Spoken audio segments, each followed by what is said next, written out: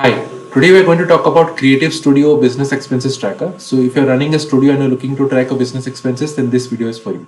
Let me quickly turn off my webcam and we will jump onto the template.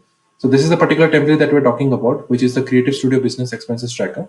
We have a category section on the top, where three different categories are defined.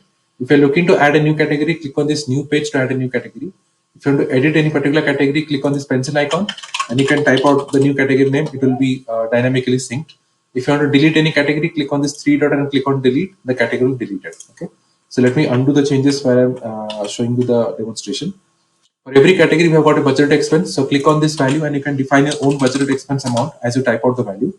And then there is actual expenses incurred, which is being reflected at the table at the bottom.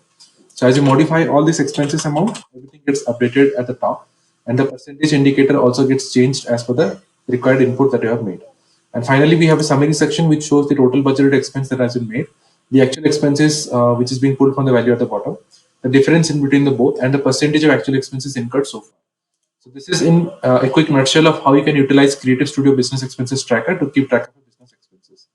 If you're looking to customize this template, reach out to me at notionformyuse@gmail.com and I'll be happy to assist you further on that. Thank you. Have a great day. Bye bye.